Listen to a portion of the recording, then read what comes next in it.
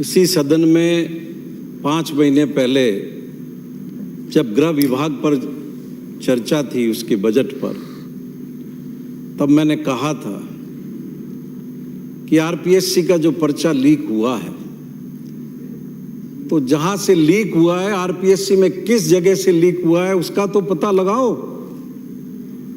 आज इन 5 महीनों में वो सब कुछ सामने आ गया कि वो पर्चा कहां से लीक हुआ था। राजस्थान में माननीय सभापति महोदय, ये खेल अभी का नहीं है, ये खेल विगत कई सालों से चल रहा है। ये जरूर है कि अब ये एक बहुत बड़े स्तर के धंधे में बदल चुका है। पहले भी जो मेंबर रहे, चेयरमैन रहे, सबको पता है क्या फेवरेटिज्म नहीं होता था, क्या रिश्तेदारों का ख्याल नहीं रखा जाता था, क्या परिवार के लोगों का ख्याल नहीं रखा जाता था। और आप अगर आरपीएससी चेयरमैन की नियुक्तियां देखेंगे तो आपको लगेगा कि पूर्ववर्ती अनेक सरकारों ने जातिवाद से प्रभावित होकर के वो नियुक्तियां की। आप लिस्ट देखेंगे तो आपको पता चल जाएगा। लेकिन मैं आज देख रहा हूं कि सबसे ज्यादा कठिन समय हमारे प्रदेश के नौजवानों के लिए, सिर्फ प्रदेश के नहीं, पूरे देश के नौजवानों के लिए है ये पर्चा लीक। कौन सा राज्य है ऐसा जिसमें पर्चे लीक नहीं हुए? हरियाणा, उत्तर प्रदेश, मध्य प्रदेश, गुजरात, इवन स्वयं भारत सरकार के एग्जाम के भी कई पर्चे लीक हुए। पर इससे निपटने का तरीका यह नहीं है कि हम ये कहें कि आपके राज्य में ये हो रहा है, हमारे राज्य में ये नहीं हो रहा था। ये सबके दामन पे दाग है।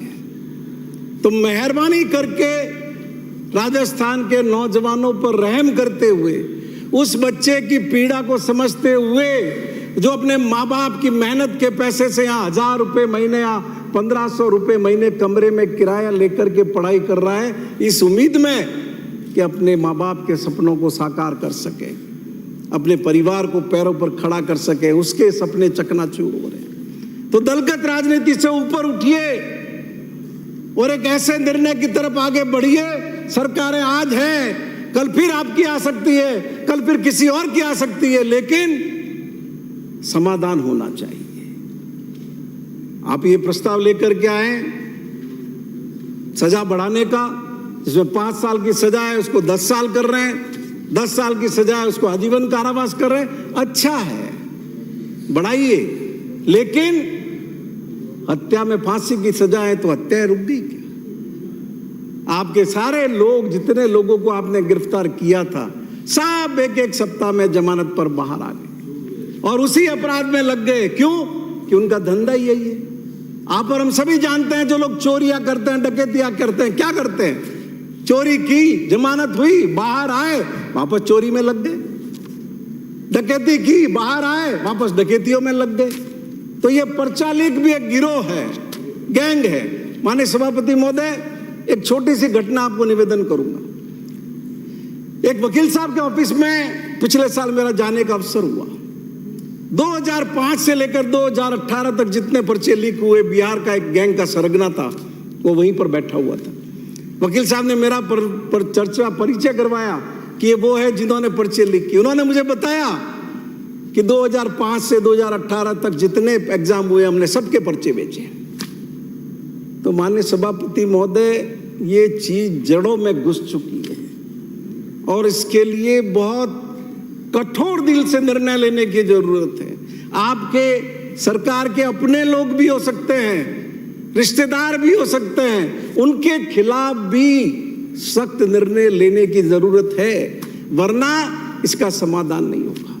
मैं निवेदन करूंगा, अभी ये जो सब इंस्पेक्टर की भर्तियां हुई है, जो सिलेक्शन हुए हैं, जोधपुर में जिन लोगों ने एग्जाम क्लियर किया, सोशल मीडिया पर एक कोचिंग एजेंसी के जरिए उसका मॉक इंटरव्यू आया और वो सिलेक्टेड लड़की 3-4 लड़कियों का आया। उनको ये तक पता नहीं था कि राजस्थान में कितने जिले, और वो सेलेक्ट हुई।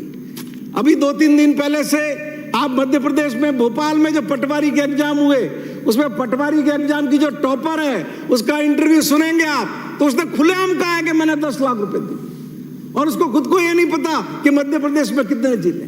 तो ऐसे लोग खाली राजस्थान में सेलेक्ट नहीं हो रहे, ये जो पर्चे बेचने वाले हैं ये सभी जगह पर है, हर जगह पर है। इसलिए हमको बहुत नए ख्यालात के साथ आगे आना पड़ेगा। माननीय सभापति महोदय, अब जो ये अभी केसावत वाला प्रकरण हुआ, इसको कैसे हैंडल कर रहे हैं? इसको बहुत मिस हैंडल कर रहे हैं। माननीय सभापति महोदय, मैं निवेदन करूंगा कि परिवादी ने जो अपना परिवाद दिया उसमें उसने उल्लेख किया है, सदस्यों का उल्लेख किया है, और यहां तक कि पैसे देने से पहले उस केसावत को उसने ये भी कहा कि तुम मेरे बहन के भी नंबर बढ़वा दो। तो वो केसावत ने वापस जानकारी करके उसको बताया कि अरे क्या बात कर रहे हो, तुम्हारी बहन ने तो एग्जाम ही नहीं दिया है। तो उस परिवादी को भरोसा हुआ कि वास्तव में इसकी पहुंच आरपीएससी में बैठे लोगों तक है, तब उसने वो पैसे दिए। और उसके बाद आपने क्या किया, उनका सिर्फ एक मोबाइल जब्त किया, और यहां सबसे बड़ा प्रश्न चिन्ह क्या खड़ा हुआ, आपने उनका रिमांड क्यों नहीं लिया? आपने उनको जेसी क्यों कर दिया?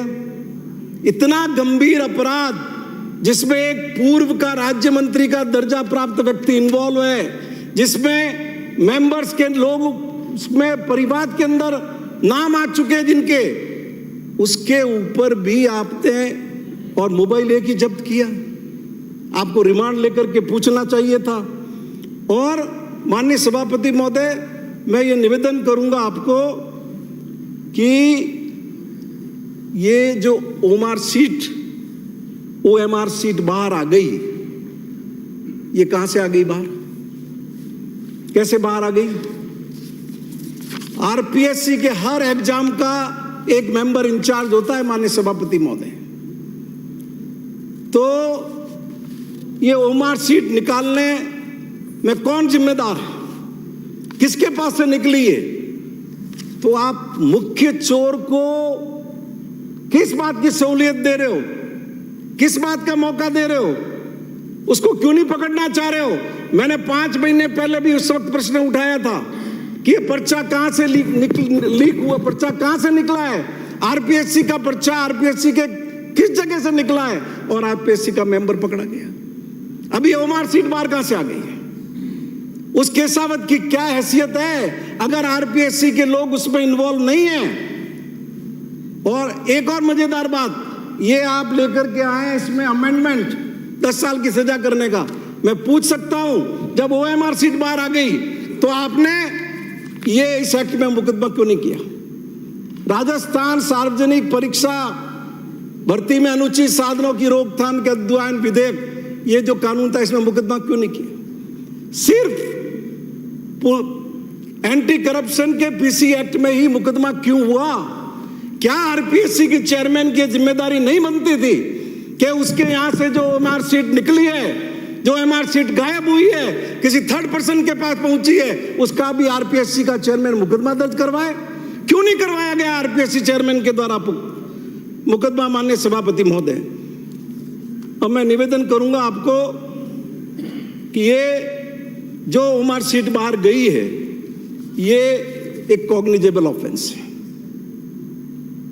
तो माननीय सभापति महोदय, मैं सरकार से विनती करूंगा कि अपना दामन साफ रखिए। इस तरीके से अगर, और सबसे मजेदार, और भी मजेदार बात, जब ये बात सर्कुलेट हो गई कि उस परिवादी ने कोई सदस्य का नाम जाहिर किया है, तो एसीडी के डीजी प्रकट हो गए और प्रकट होकर के सफाई देने लग गए। अरे तुम्हें क्या जरूरत है सफाई देने की? जांच हो जाने दो, होगा मेंबर को इन्वॉल्व तो सामने आ जाएगा। आपको क्या जरूरत है उसकी सफाई देने की? इन सारी चीजों से अनेक सवाल राजस्थान की जनता के मन में खड़े हुए हैं। इसलिए मैं आपके माध्यम से विनती करूंगा, दूध का दूध और पानी का पानी करो। जो भी अगर इसके अंदर दोषी है वो जेल की सलाखों के अंदर पीछे जाना चाहिए। माननीय सभापति महोदय, मैं कोई रिलेवेंट बात तो कर नहीं रहा हूं। और मैं निवेदन करूंगा, ये कर्मचारी भर्ती बोर्ड क्या हुआ, सीएचए का पेपर आउट हुआ, एसओजी को पूछा, एसओजी ने क्या रिपोर्ट भेजी कि हां पर्चा आउट हो गया। तो वापस क्या पूछ रहा है भर्ती बोर्ड, कितने लोगों को यह पर्चा भेजा गया है। तो माननीय सभापति महोदय, जब सोशल मीडिया पर एक बात आ गया कि पर्चा आ गया है, तो कितने लोगों को गया, कितने भी लोगों को गया हुआ पर्चा तो आउट है ही। तो ये आपके भर्ती बोर्डों के अंदर गैंग्रीन होता है, गैंग्रीन तो आप समझते ही होंगे ना, वो हो चुका है। इसलिए उसका तो इलाज उसी तरीके से होना चाहिए, लीपापोती से इलाज नहीं होगा। और ये हमको समझना चाहिए कि अगर हमारी प्रतिबद्धता पे प्रश्न चिन्ह खड़े हुए तो ये आवाम है, जनता है, हमको भी रुखसत करते देर नहीं करेगी। और माननीय सभापति महोदय, आपको वो किस्सा ध्यान होगा, एक बायोफ्यूल का सीईओ पकड़ा गया था 5 लाख रुपए की रिश्वत लेते हुए एसीडी के द्वारा। क्या हुआ, उसके घर पे छापा पड़ा, कितने पैसे पकड़े गए सभापति महोदय आपको भी पता होगा, 5 करोड़ रुपए नकद उसके घर से पकड़े गए और उसके खिलाफ आय से अधिक संपत्ति का मुकदमा दर्ज हुआ। अब बहुत अजीब हालात है, उसमें सिर्फ इस आधार पर एफआईआर हाईकोर्ट ने क्वैश कर दी कि एसीडी ने प्राथमिक जांच नहीं की। अरे भाई, किसी के घर पे 5 करोड़ रुपए मिल गए, इससे ज्यादा क्या प्राथमिक जांच होगी। और वो एफआईआर क्वैश हो गई तो आज तक एंटी करप्शन डिपार्टमेंट ने उस क्वैश एफआईआर के खिलाफ सुप्रीम कोर्ट में अपील नहीं की। ऐसा क्यों? ये नगर निगम के अंदर वो 10 करोड़ रुपए का लफड़ा हुआ था, जिसमें मेयर का पति पकड़ा गया था, एक आरएसएस का प्रचारक भी था, उसमें भी हाईकोर्ट में एफआईआर क्वैश हुई, एसीडी अभी तक अपील में नहीं गई। ये क्या चक्कर है? इसलिए इस तरह की फिक्सिंग मत करो और जनता के सामने जो दूध का दूध पानी का पानी है वो लाओ, तब तो ये कानून, ये सजा बढ़ाने के प्रावधान कोई मतलब रहेगा।